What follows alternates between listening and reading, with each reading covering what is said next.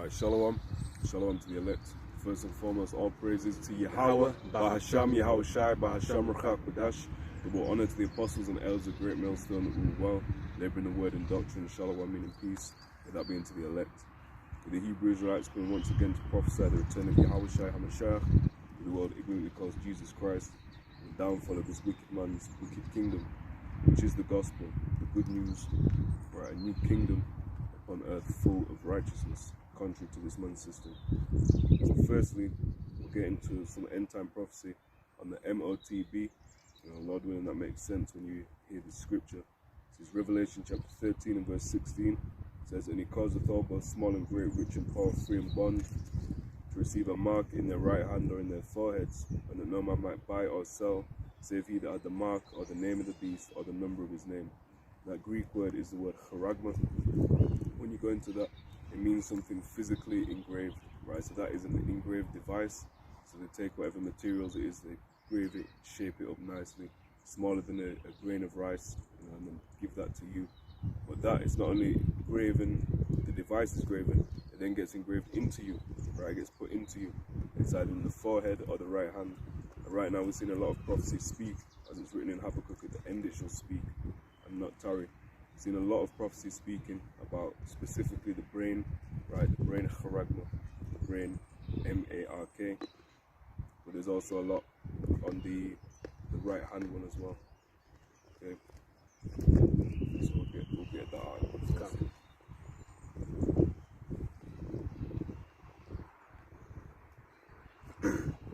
Now this is from the website called The Hill, and the headline of the article reads, "Human micro C-hip implants take center stage."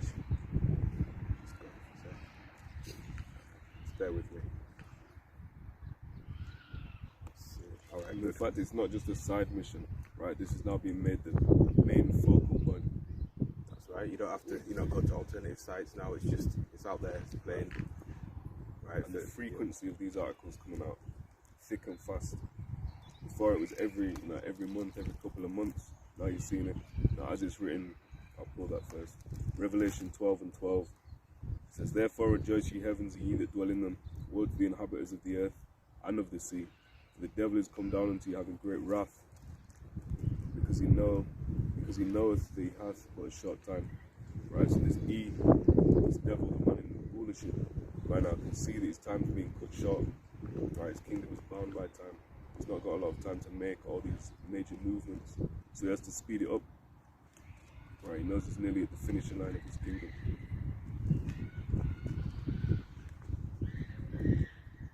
And this was dated 23rd of the 1st this month, this year, 2023. That's right. And it goes into the novelty of replacing one's home key with a micro C-hip implant is gaining worldwide interest. But there's another, more compelling story under the surface. Why is this technology an integrated circuit the size of a grain of rice? So that's the thing, they've got a convenience angle, but they're not really going to use that as a major push point.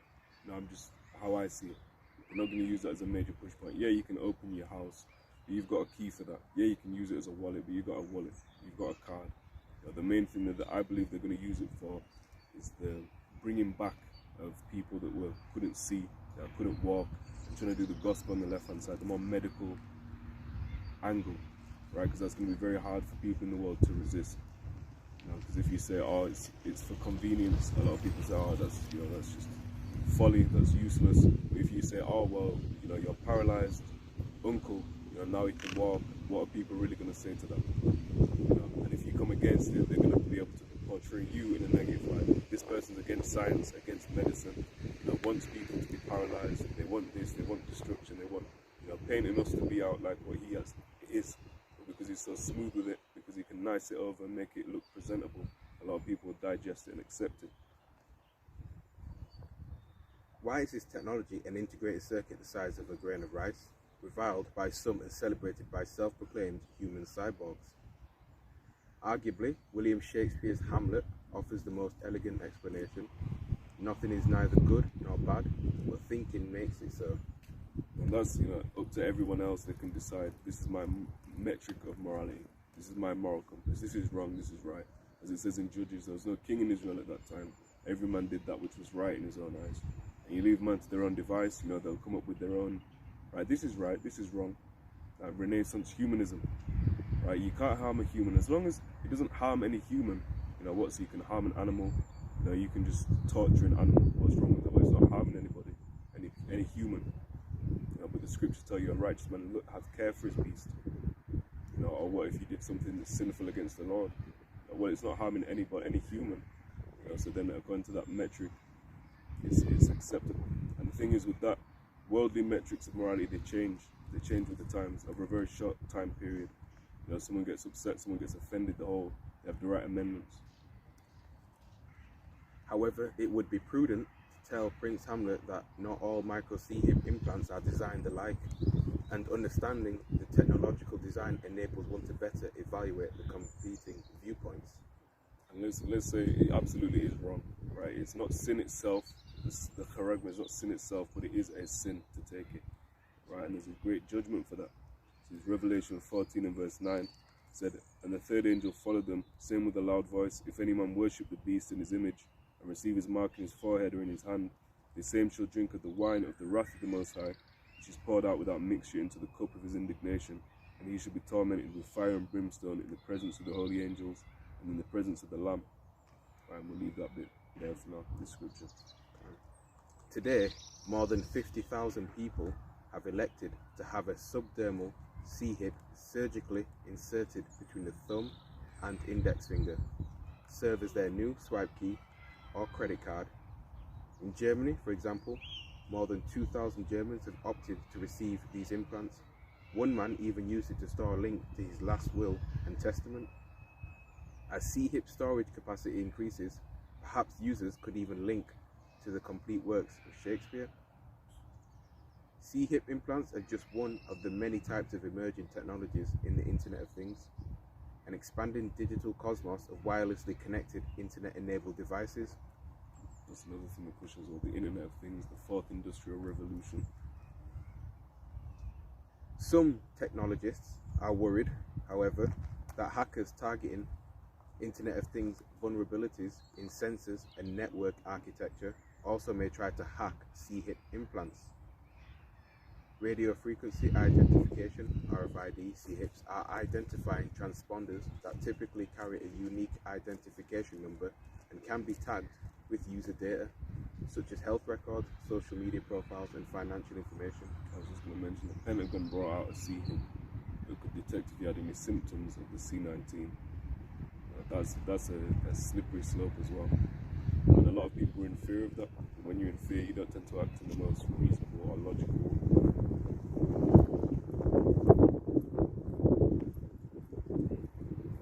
RFID C-hips are passive transponders, which means the digital reader must be positioned a few inches away from the user's micro C-hipped hand to communicate. That's what they say. You know, that's what they say, but they're gonna be able to track you. You know, if you can do it in an animal, and you can see, cat, I think it was passed in UK last year that all cats had to be C-hipped. Now, if it was only from a few inches away, you could find it or locate it. Why would you put it in there? That means if you lost your cat, you'd have to be, you know, short-sighted. You'd not be able to see past your hand. Oh, my cat's there, 3 inches, I'll scan it. Clearly, it can be scanned or it can be tracked from a much larger. And that's the main thing. It's not going to be, it's convenient. You can get your bread, bang, milk. You'd have to, carrying all these bags and I have to get it out. Bang, convenient, it's done. It's not going to be like that. It's because they can have complete and utter control of you. That's what the whole agenda is. In contrast, near-field communication C-hips use electromagnetic radio fields to wirelessly communicate to digital readers in close proximity. Much like smartphones and contactless credit cards, the benefit of NFC over RFID is international use. Reasons biohacks, with the power of the existing infrastructure and the wide variety of services and products already supporting the NFC standard globally. One huge benefit of ours is that we overlap virtually any private or public sector already using NFC or mobile tech. And that's the thing, it's going to be headed by the so-called white man in Babylon the Great, America, but they're going to try to push it on everyone. You know, as I just read, he causeth all, small and great, rich and poor, free and bond. So he's going to try to push it out as a global system. Right? He already wants complete domination of the globe. That's why he has military bases in all these places.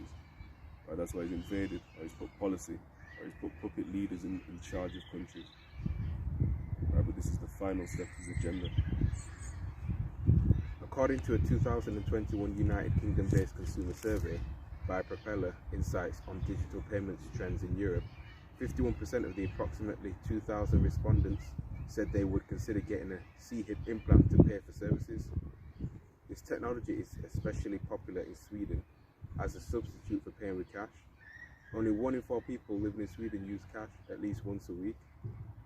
More than 4,000 Swedes have replaced keycards for C-hip implants to use for gym access, e-tickets on railway travel, and to store emergency contact information.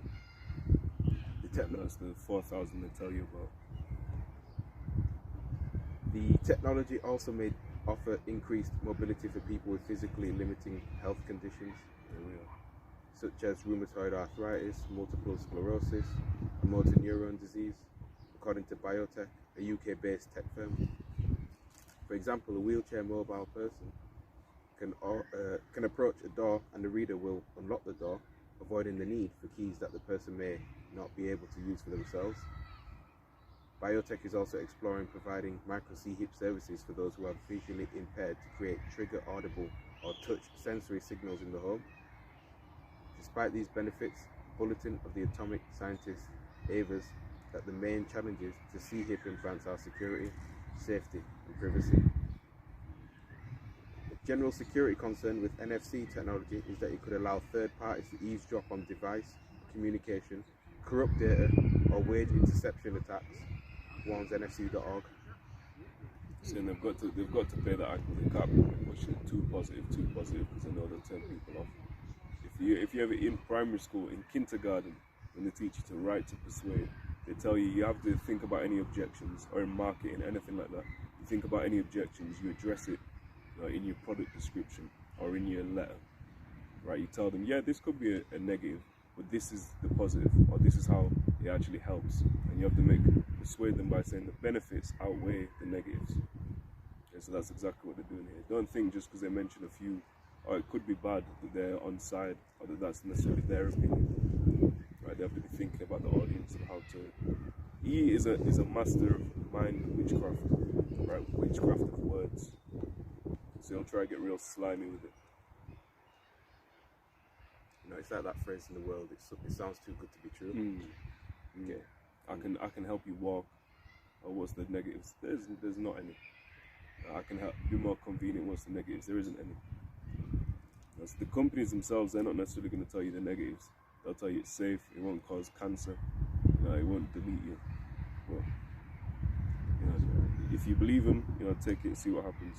We don't promote that, but you have liberty. You understand? Again, it just goes back to it's like selling a business idea or business product rather. And that's all it is. Best believe there's a lot of people in this for money. You had, who was it? Bill Gates and Jeff Bezos of Microsoft and Amazon. 2 billionaires. They both invested in one of these businesses for the brain implant. So that shows billionaires don't get billionaires by being thick, by being stupid and just putting their money anywhere. Oh, maybe it'll work. They do intense research into that. So there's something in that tells them, well, this is profitable and it's going to take off. And they're inside as well. Interception attacks are when someone intercepts the data transmitted between the two NFC devices and then alters the data as it's being relayed. Like any device, these personal C-hips have security vulnerabilities and potentially could be hacked, even if embedded underneath the skin. With regard to health safety concerns, a 2020 study with the American Society for Surgery of the Hand indicated that RFID C-hip implants may carry potential health risks, such as adverse tissue reaction and incompatibility with some magnetic resonance imaging (MRI) technology.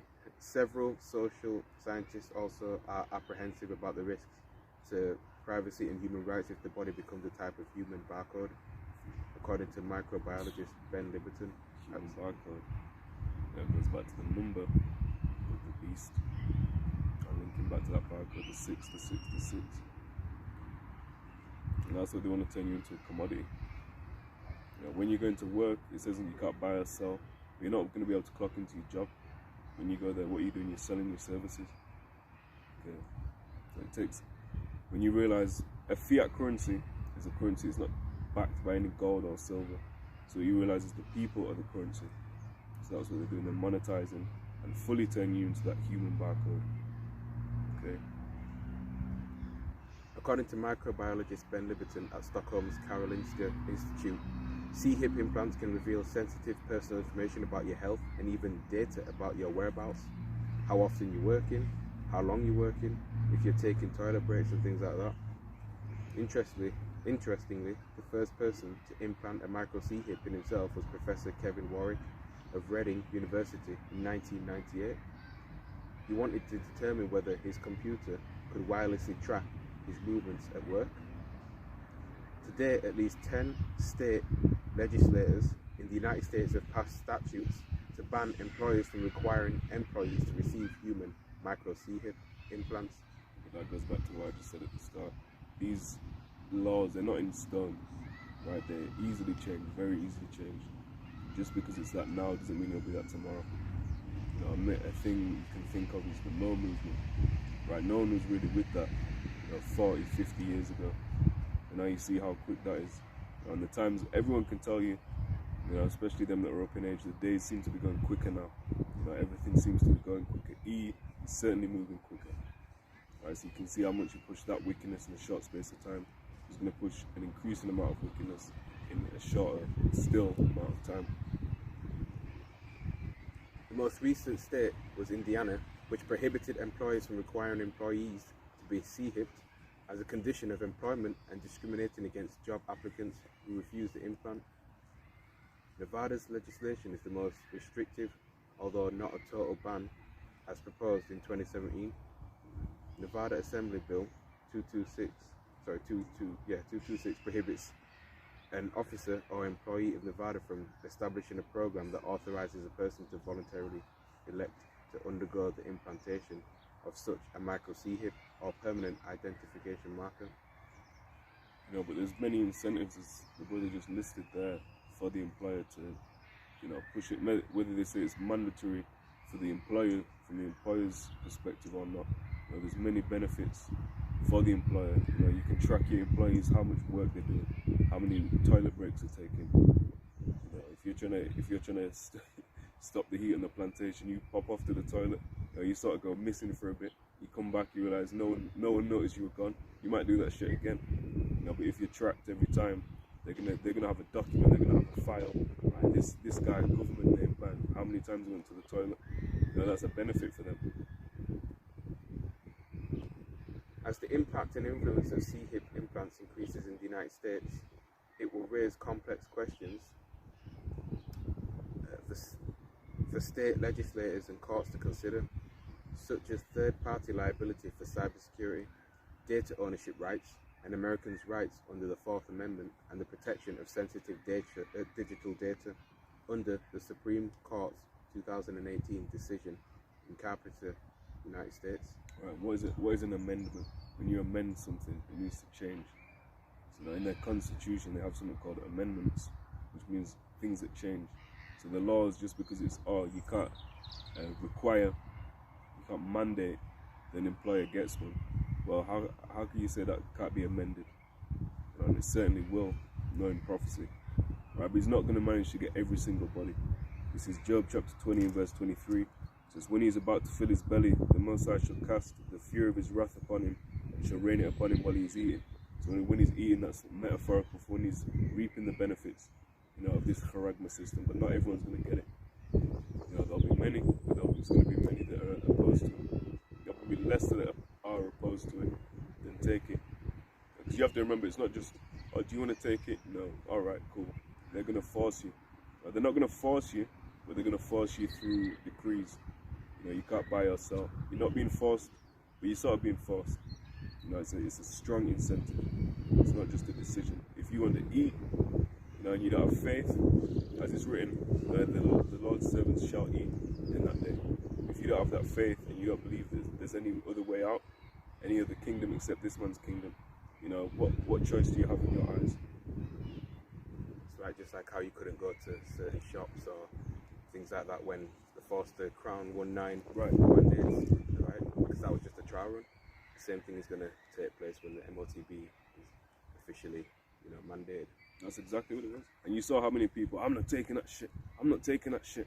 And then your employer came to you, you know, posed a couple of questions, put a little pressure, and you motherfuckers folded, man. You know, you just took, oh, yeah, I'll take it, why not? You know, you were staunch, I'll never take that shit. I'll never take that shit. That's right. You took it. Right? So that same pressure, even more. So you got a few questions from E, you know, made you bug out. What about when you can't eat unless you take it? You'll fold again, man. You know, Lord willing, we don't. I could fold in that day. You know, Lord willing, I don't. You know, the only thing that's keeping us, or will keep us in that day, is Yahweh Bahasham Yahweh Shai. You know, there's nothing, especially in this flesh. You know, we get shook, man. That's everybody, every human. You know, so we need someone outside of ourselves. That's why we need faith. That's why we need a Savior. Right? That's why we need Yahweh Shai. Micro C-hips offer alluring benefits of convenience and mobility, but they carry potential cybersecurity, privacy, and health risks. The onus cannot be on the law alone. However, to protect consumers, instead, it is a shared responsibility among consumers to understand their data rights as part of digital literacy, and among technologists to promote cybersecurity-informed engineering at each phase of product development. Further, lawmakers must be mindful of the delicate balance between protecting the flame of technological innovation and advancement, while guarding against misapplication and abuse. As technology historian Melvin Kranzberg noted, technology is neither good nor bad, nor is it neutral. This technology is bad. Technology in and of itself is not necessarily bad, no. But this technology is absolutely bad. You know, it's the MOTB. The Lord made it for the devil to put it out and push it out on earth. And them that take it may be condemned and judged. Alright, it's a test. It's a test. Try the whole world, that's right. Right, let's get that.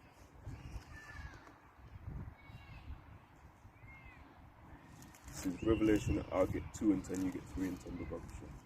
Revelation chapter 2 and verse 10 says, Fear none of the things which thou shalt suffer. Behold, the devil shall cast some of you into prison, that ye may be tried, and ye shall have tribulation 10 days.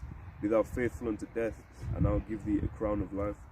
And the fact that it says the devil shall cast some of you into prison, there's no spiritual entity. You know, you like some paranormal activity film.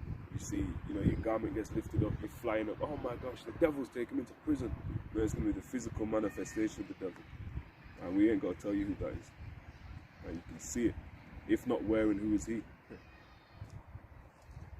Revelation chapter 3, verse 10. These are the words of Yahweh Shai. Because thou hast kept the word of my patience, I also will keep thee in the hour of temptation, which shall come upon all the world, to try them that dwell upon the earth. Behold, I come quickly. Hold that fast which thou hast, that no man take thy crown. Right, no man can it's not a physical crown, you know, it's a spiritual crown. So how would someone take your crown? You know, no one can take your faith, but they can force you, you know, not force, but force. And it's a coerce. That's probably the better word to use. You know, they can coerce you. Oh, you can't eat unless you get this. You know, like the, you know, Jungle Book, that snake to Mowgli with his eyes. You know, that's how people think the serpent came to Eve. But guess what? It's the same man in rulership now, coming with his craft, right, with his subtlety. And the word for world, in this sense, is oikoumene. Okay, goes into the inhabited earth, the portion of the earth inhabited by the Greeks in distinction from the lands of the barbarians, the Roman Empire, all the subjects of the empire, the whole inhabited earth, the world, the inhabitants of the earth, men, the universe, the world. And we're in the revival of the Roman Empire. Right? It starts headed by Babylon the Great, so-called America. It's the Anglo-American Empire. Right? Then it came out of Europe, England, Spain, Portugal, France. You know, they're the main ones. And they came and set up Babylon the Great. right? And the whole earth is under this vibration, right? The whole earth is indirectly under their rulership, whether they live in the land or not.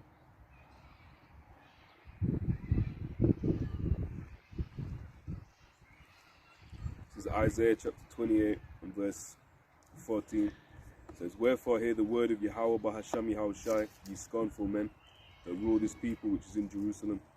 Because ye have said, we have made a covenant with death, and with hell are we at agreement. When the overflowing scourge or scourge shall pass through, it shall not come unto us, for we have made lies our refuge, and under falsehood have we hid ourselves." Right, and the rulers, you've got your so-called so-called rulers.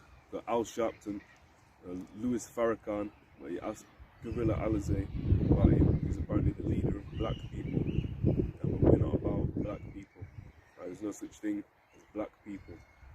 There's people, with varying skin colours, but your lineage, your nationality comes from your father's side. Right? Whoever your father is, that's who you are. Whoever his father is, that's who he is.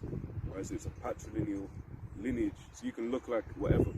But if your lineage goes back through that, that's what it is. So the rulers of our people, right? There's no rule.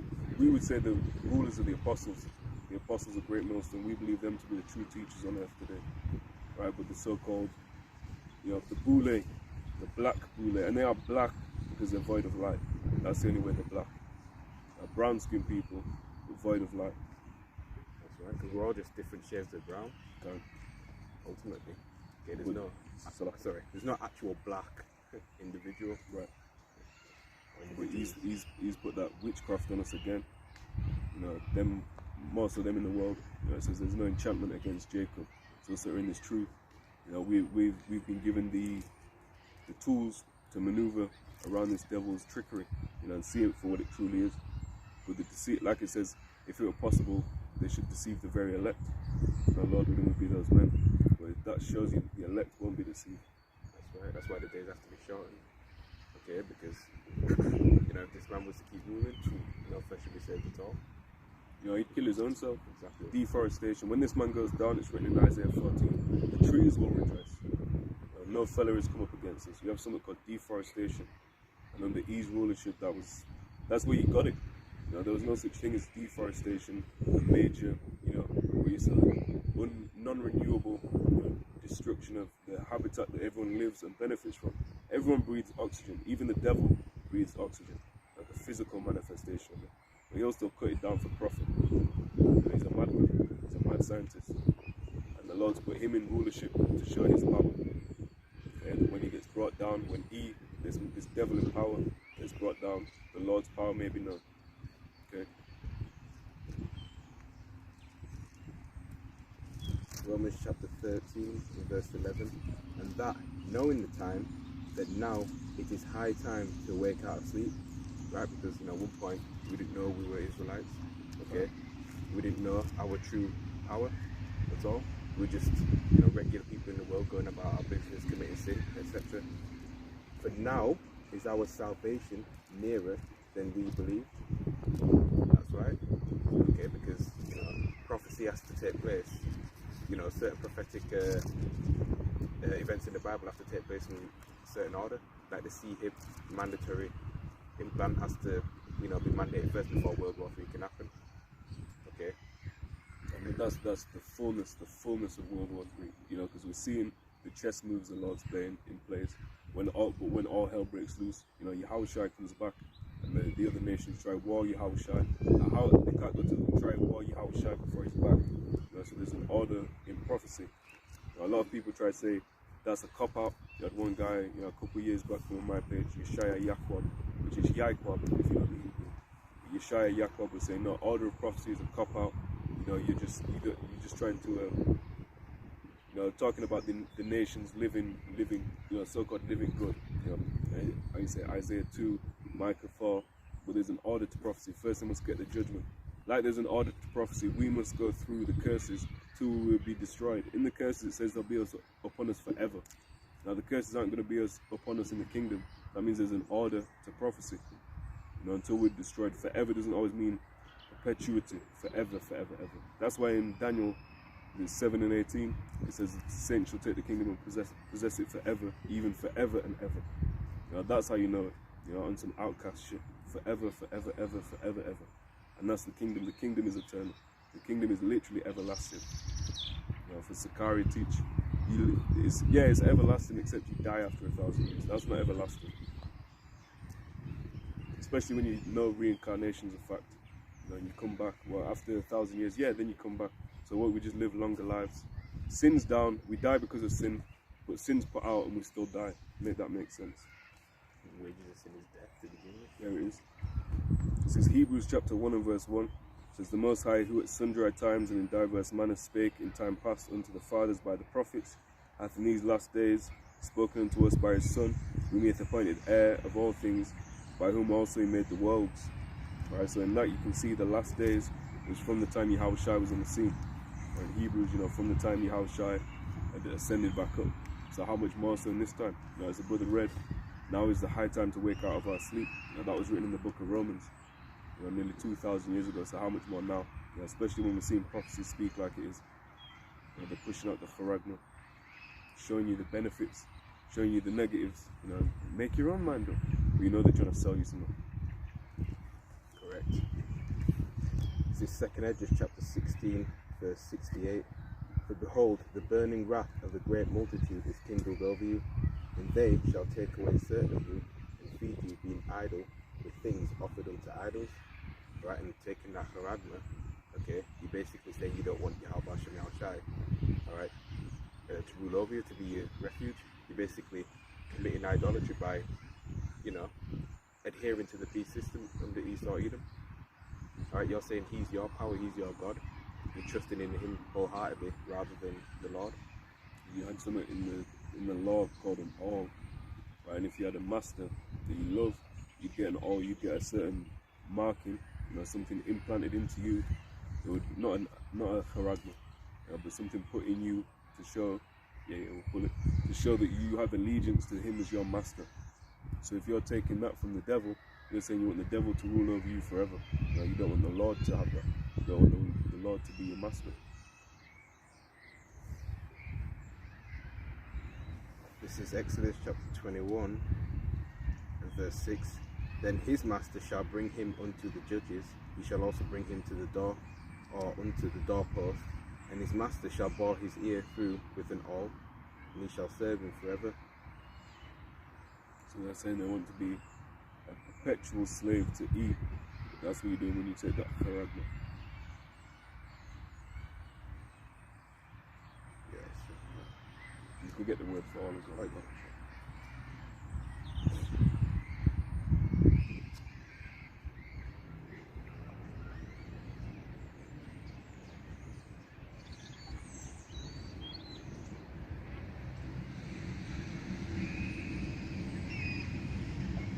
Goes into all the boring instrument. Alright, so it's a physical, you know, device that you use to bore to, you know, serve. It's Maratazai. Okay. So a lot of Jake wants to get a Maratazai from the devil, you know, to say that they will serve him forever. When we have a kingdom, you know, there's promise to all Israelites, truly to all Israelites, you know, where we'll serve Yahweh, Bahasham, Yahushai forever. So it's showing where your allegiance is and where your mind is. And like it says in Colossians, set your mind on things above. But Jake wants to be into the carnal shit. This is Colossians chapter 3, starting at verse 1. It says, if ye then be risen with Hamashiach, seek those things which are above, where Hamashiach sitteth on the right hand of the Most High. Set your affection on things above, not on things on the earth. Alright, so of course we've got to work our jobs. You know, we've got to do whatever we need to do. But it doesn't mean your mind's there. It doesn't mean your heart's there. It doesn't mean your treasure's there. You have to think on things above. If you're only thinking on things on this plane, you'll go insane, man. There's nothing here anyway. You know, chasing dollars that don't even have a resource backed by it. If tomorrow they said, right, all dollars are done, you know, they hold no value. No one's gonna use them. You know, no one's gonna trade you gold for dollars. If they come out and say, yo, I'm not using that anymore. Plus the fashion of this world passeth away. Right. So, things here ain't permanent. It's all temporary.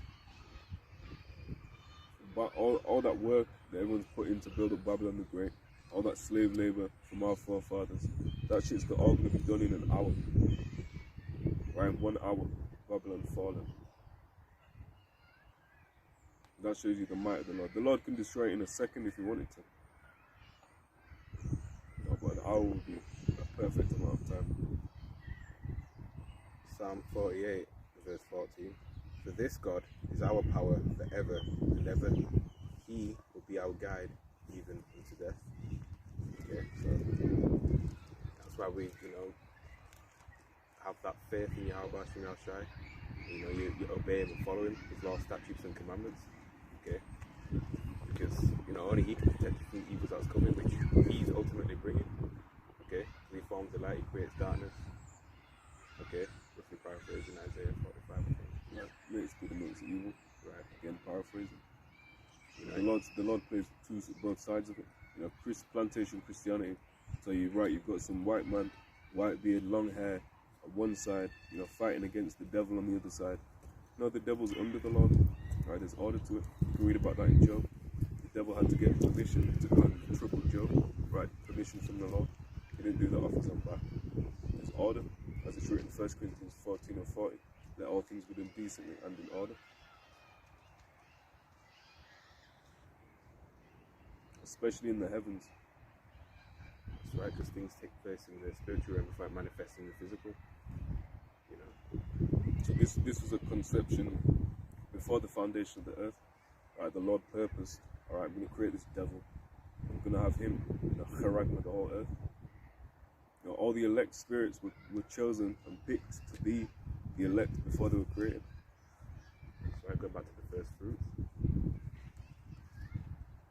All created through Yahushua, by Yahushua and for Yahushua. As all these other nations are. With the Alahayim. Which means the powers in Hebrew. When you read Genesis 1 and 1, the word for God, that word's Alahayim, it's a plural word. John chapter 16, verse 13. Howbeit when he, the Spirit of truth, is come, he will guide you into all truth. For he shall not speak of himself, but whatsoever he shall hear, that shall he speak, and he will show you things to come. He shall glorify me, for he shall receive of mine, and shall show it unto you. All things that the Father hath are mine, therefore said I, that he shall take of mine, and shall show it unto you. So we're not sent out here to bring out some watered down doctrine. We're the Israelites, but we're the Israelites and you're white people. We're all going to coexist and it's all fine. We forgive you for everything you did to our forefathers, and the Lord forgives you. We're not bringing that shit. We're told, read the book, eat the book, and go and speak into the house of Israel. That's the lot. But a lot of Jake wants to do that mix and match. Yeah, I believe that part, but I don't really like that because it offends me. So I'm going to go and teach that. And you'll see, they'll go and do their own thing. A month, 2 months, a year, then they'll burn out. You'll never see a video, never hear from them again. Why? Because it's not the truth. Get that about out of his belly shall flow rivers of living water. Because if you're truly in the truth, you'd have some fruit to show for it.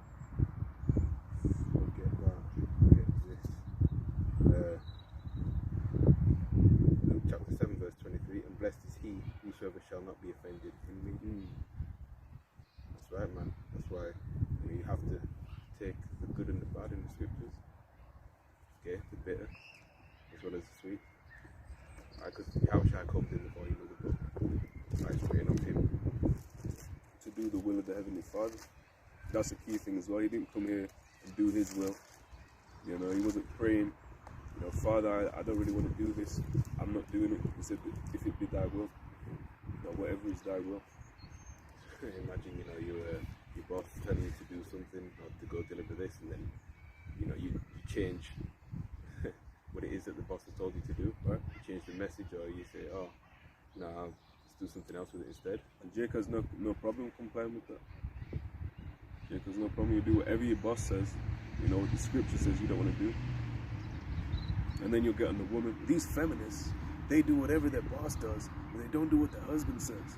Yeah, but you do whatever your boss says, you don't do what the Lord said. Not to say that either of them is right, they're both wrong. This is Revelation chapter 10 and verse 8, just before you get that. And the voice which I heard from heaven spake unto me again, and said, Go and take the little book, which is open in the hand of the angel, which standeth upon the sea and upon the earth. And I went unto the angel and said unto him, Give me the little book. And he said unto me, Take it and eat it up, and it shall make thy belly bitter, but it shall be in thy mouth sweet as honey. And I took the little book out of the angel's hand and ate it up, and it was in my mouth sweet as honey. And as soon as I had eaten it, my belly was bitter. And he said unto me, Thou must prophesy again before many peoples and nations and tongues and kings. And that proves reincarnation in itself. John the Revelator was up in age at that point. Right, you know, when you first come to the truth, you know, you find out you're a Hebrew Israelite, you're jumping for joy, you're, you know, happy and everything like that. But, you know, as you grow into the faith, okay, you start to undercome trials and tribulations, which is the bitter part, you know. Yeah, and you notice as soon as he was finished eating it, no one was told to go and speak. Now, oh, I'm going to eat it. Here's the pound, I'll put it in a napkin, wrap it up and never look at it again. That's a lot of jakes. Now, come into it, entertainment, yeah, I enjoy it, I'm an Israelite, yeah. But still want to carry on partying and bullshit. You know, not getting into the weightier matters. Mercy, judgment, faith. You know, I don't care about that. Just the scripture again. Out of his belly shall flow rivers of living. Can't remember what it is. This book of John chapter 7, verse 38. He that believeth on me, as the scripture hath said, out of his belly shall flow rivers of living water. That's right. You got to believe, alright, on Yahweh Hashem Yahshai, as the scripture says, man. That's the key point. Okay, exactly how it's, you know, what the scripture says. And, you know, belly is a metaphor for your mind. Okay. As it's written, a little leaven leaveneth the whole lump. Okay, if you're meant to eat unleavened bread and it starts rising up, you know, you have to throw that whole shit out. You can't start picking bits of leaven out. It's woven in, and this doctrine is perfect. You know, there's so many overlapping parts. So if you remove one, or like the brother said last week, if you take some out, you're gonna have to add some, or if you add some, technically you're taking something else out. You know, so there's no easy way to go about it.